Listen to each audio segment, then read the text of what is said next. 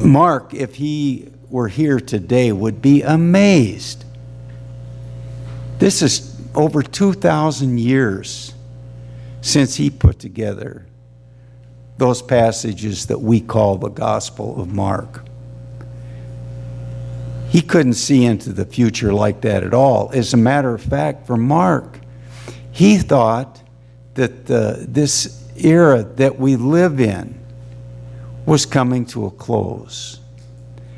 And to think about something 2,000 years in advance would never have crossed his mind. But he'd also be amazed to see where the church has gone, because it was primitive when Mark was alive. It was just the beginning. And he was fortunate enough to be on the ground for that. Even though he didn't get to talk to Jesus personally or hear him, he got to hear the masters speak.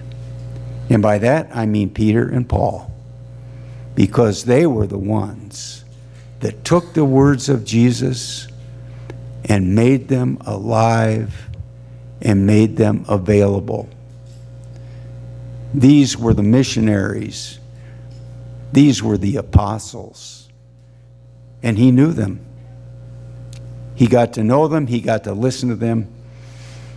And he, I don't know how he did it, whether he wrote things down or he remembered them.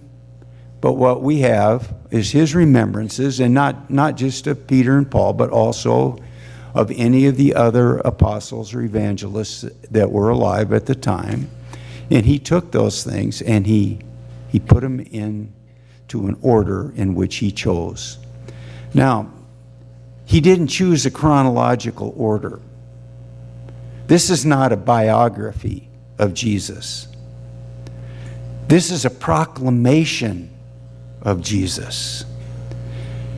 This is a sermon that Mark put together. Now, people like me, we take a look, we say, a sermon, there are 100 sermons in here. But for him, it was one thought. And that thought was to keep Jesus alive so that people alive after him would be able to hear these words. He started to work on this because in the year 64 AD, the apostolic age come to an end, because that's when the last apostles died. The Apostle Paul. That made it very important then that somebody put together what Mark did so that these words and these stories would not be forgotten. Even though he was expecting the end to come very quickly, he didn't want to take a chance that anything that he knew about concerning the Lord would ever be forgotten. And so that's how we came up then with this gospel that we have before us. The content is one story after another. Today, the specified reading was actually from the 21st verse of, or the 24th verse of Mark, or chapter 7, 24 through 37.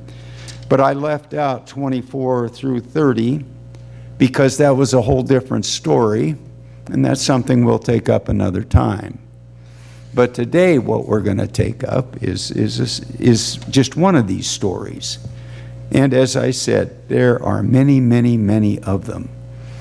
They are strung together, not according to chronology, but just how Mark felt about how they might fit in this sermon that he was going to give. Now today, the sermon that we have is about a man who was brought to see Jesus, and the man was unable to hear and had an impediment in his speech. And this is a story that is so beautiful that we would never want to talk about another one on the same day. Because it's a story about friends who brought this man to see Jesus because of what they had heard that Jesus was doing and what he was capable of doing. And they brought the man out of faith. They had the faith that if Jesus could just touch this man, he would be made well. Now, at that time, there were many people who were being brought to Jesus. It's hard to imagine what the setting in life or the Sitzenleben was like for those people. But we do know that the people that Jesus attracted were primarily poor people. People who didn't have the means to do anything else but to come for things that were free. And they thought what Jesus gives is free. And of course, they were right. So the multitudes, as Mark says, that followed were the poor people, the Am Ha'aretz, the people of the land.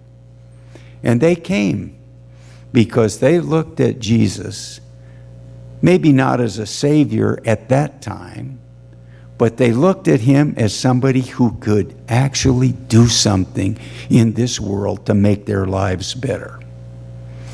And they were not disappointed when they brought this friend of theirs to see Jesus, because he did touch the man. He put his fingers in his ears, and he spat on his hand and touched the man's tongue. But before he did this, he took him privately aside so that the multitude could not actually see what was going on. Now, I'll get to that in a minute, why he would do such a thing as that, but it was really important. After he had put his fingers in the man's ears and after he had touched his tongue, the man could hear and he could speak. Now, we would call that a miracle. Jesus would call that's what I do. And the people that saw this and experienced it with their friend, they called it a miracle. And they praised God for that. And they were in wonderment. Who is this man that could do this kind of thing? And it's a good question. And we have so many times when we would like to see that today with the people that we see suffering. Our friends, our relatives. We would like to see that with our own eyes. And Mark helps us to remember that did happen.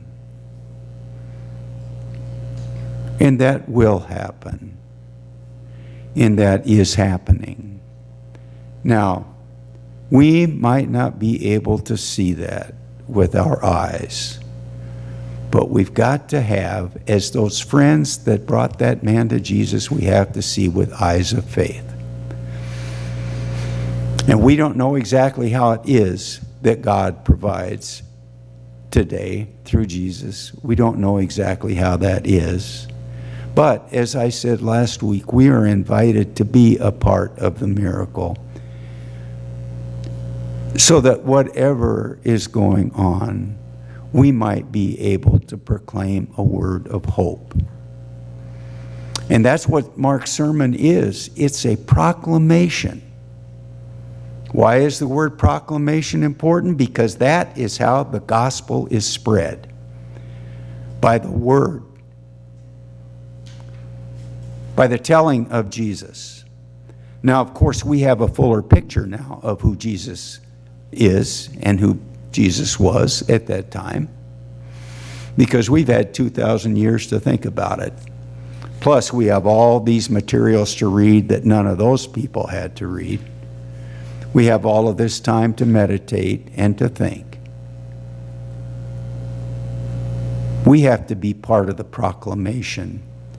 We have to reach out and touch people, our neighbors, our friends, our family, in any way we can with the word of hope.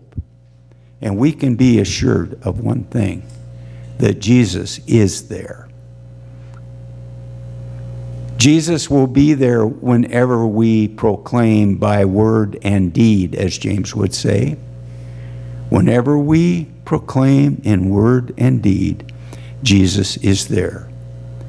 What kind of miracles he is working at the time, we may not be able to see. But we can be assured of one thing, that Jesus is there with whoever it is that's suffering.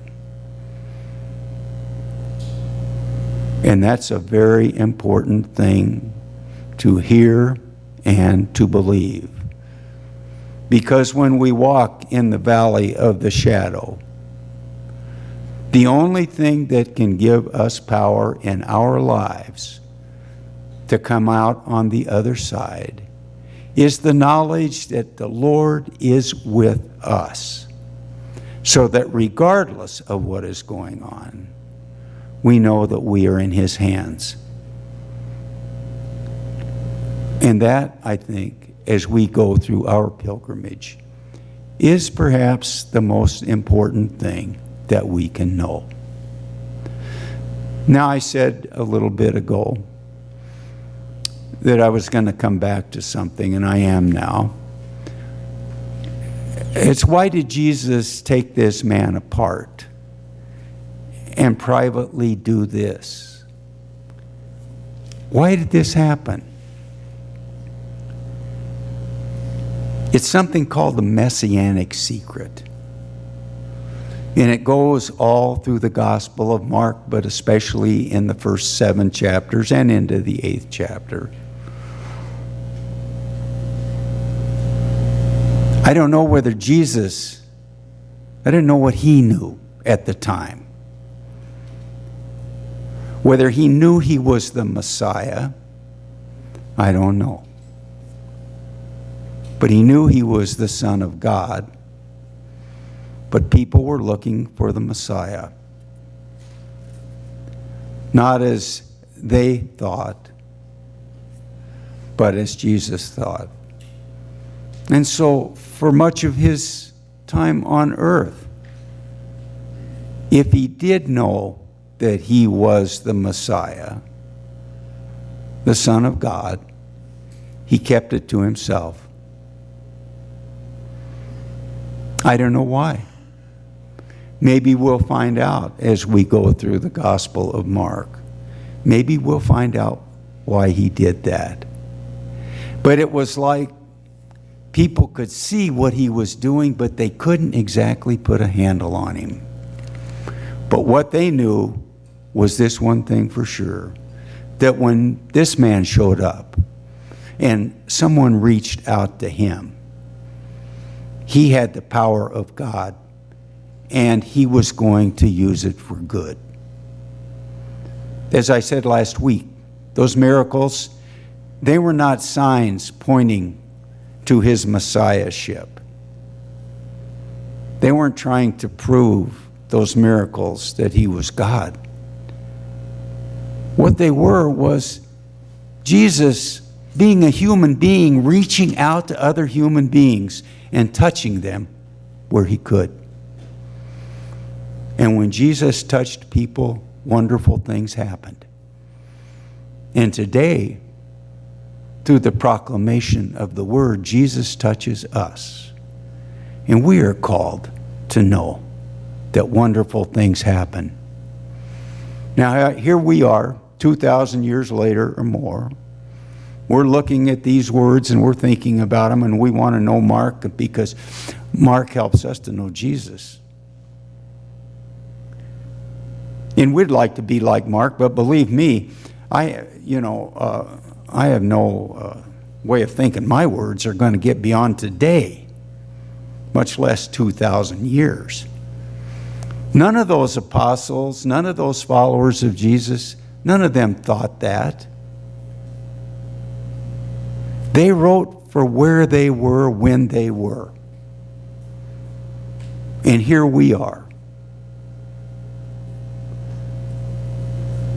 And we're so grateful that they kept track of those things that Jesus said and that Jesus did. We're the people who, even though we didn't see, we still believe. And we want to be a part of that miracle of healing in this world today, because we really need it, and the world really needs us, and the world really needs to hear that proclamation of the Word.